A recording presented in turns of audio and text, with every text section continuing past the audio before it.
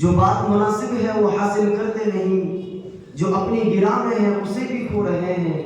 بے علم بھی ہم لوگ ہیں، غفلت بھی ہے طاری، افسوس کے اندھے بھی ہیں اور سو بھی رہے ہیں۔ عزیزان ملت، ورنہ اہل اسلام کا وہ مقدس گروہ جو عظمت اسلام، عظمت جہاد، نور اسلام سے منور تھا، جو اپنی ہر شے کو اسلام پر قربان کرنے پر فخر کرتا تھا، یہی وجہ ہے کہ جب سرکار دو عالم صلی اللہ علیہ وسلم باہر چلے گلوں میں رنگ بھرے باتیں لوگ باہر چلے ہی آؤ کہ گلشن کا کاروبار چلے۔ موصوف تشریف لائے، موصوف کا موضوع ہے اہل اسلام۔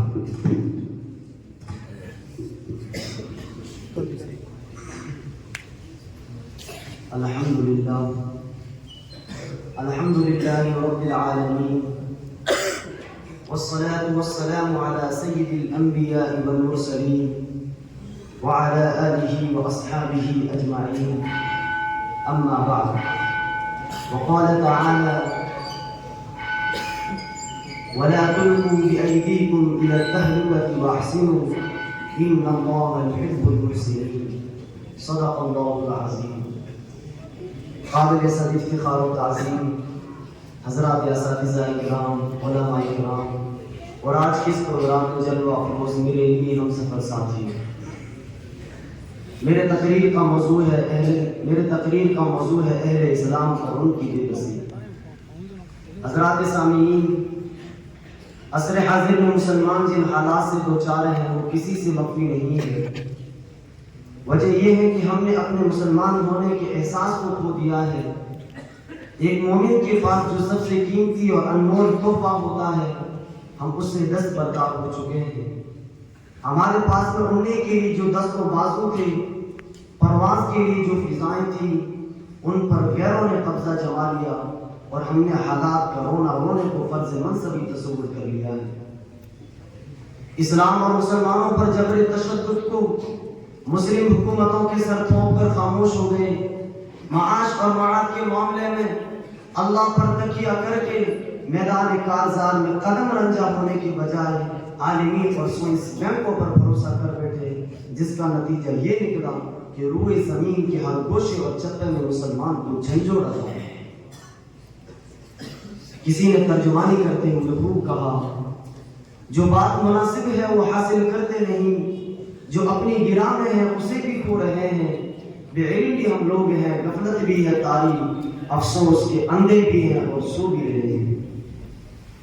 عزیزان ملت، ورنہ اہل اسلام کا وہ مقدس گروہ جو عظمت اسلام، عظمت جہاد، نور اسلام سے منور تھا، جو اپنی ہر شے کو اسلام پر قربان کرنے پر فخر کرتا تھا، یہی وجہ ہے کہ جب سرکار دو عالم صلی اللہ علیہ وسلم نے مدینے میں کھڑے ہو کر یہ سنسنی خیز اعلان کیا کہ روم کے شاہی فوجوں کا راستہ روکنے کے لیے تبوک کی طرف کوچ کیا جائے گا، تو کون توقع کر سکتا تھا کہ یہ آواز ان مٹھی بھر انسانوں کے جذبات میں یقین و ایمان، جرأت اور غیرت کا شرف روشانہ جنون کا طوفان اٹھا دے گی، جن کے پاس وقت کی سازی مادی طاقت سے ٹکر لینے کے لیے اس یقین کی دولت کے سوا کچھ بھی نہ تھا کہ ان کے اندیکھے خدائی کائنات کی جبی قوت ان کی پشت پر ہے۔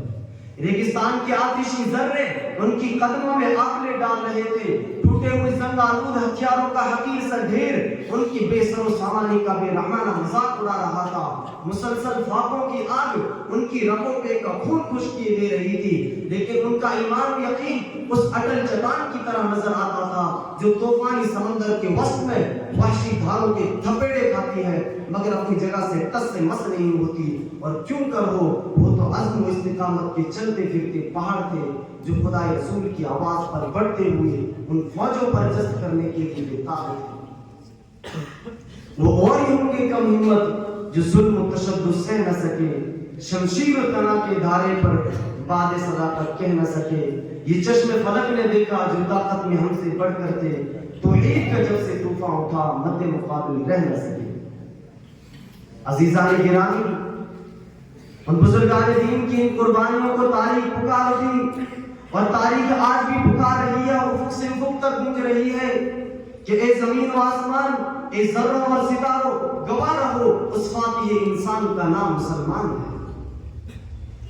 لیکن سینکڑوں سال کی فاصلہ طے ہونے کے بعد جب آج یہ آواز ابھرتی ہوئی آتی ہے تو اس کا جواب دینے کے لیے امت مسلمہ کے ٹوٹے ہوئے خنجرات کی صدائے بازگشت کرانے لگتی ہے. ان بزرگان کی روح یہ آواز دیتی ہے اور یہ وعد کرتی ہے کہ اگر اپنے حصے کی کربلا میں اپنے سامنے موجود یزید کو للکارنے کی جرأت نہیں تو یاد رکھو ان لرزتے ہوئے بڑوں اور ضعیفوں، ان پاک دامن عورتوں اور ان معصوم کلیوں کو پیٹ دکھانے میں تم بھی شریک ہو. زبان حال سے لاکھ محبت کا دم بھرتے ہو.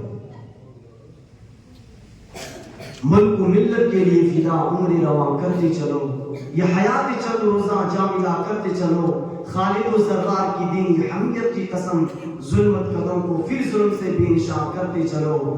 زندگی کیفی اسی حسن عمل کا نام ہے، باطل کو نابود حق کو جاملہ کرتے چلو. وما علینا الا البلاغ.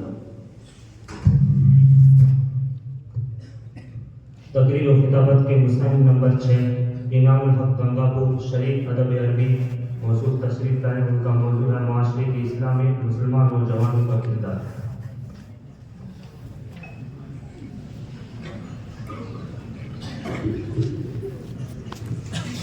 السلام علیکم.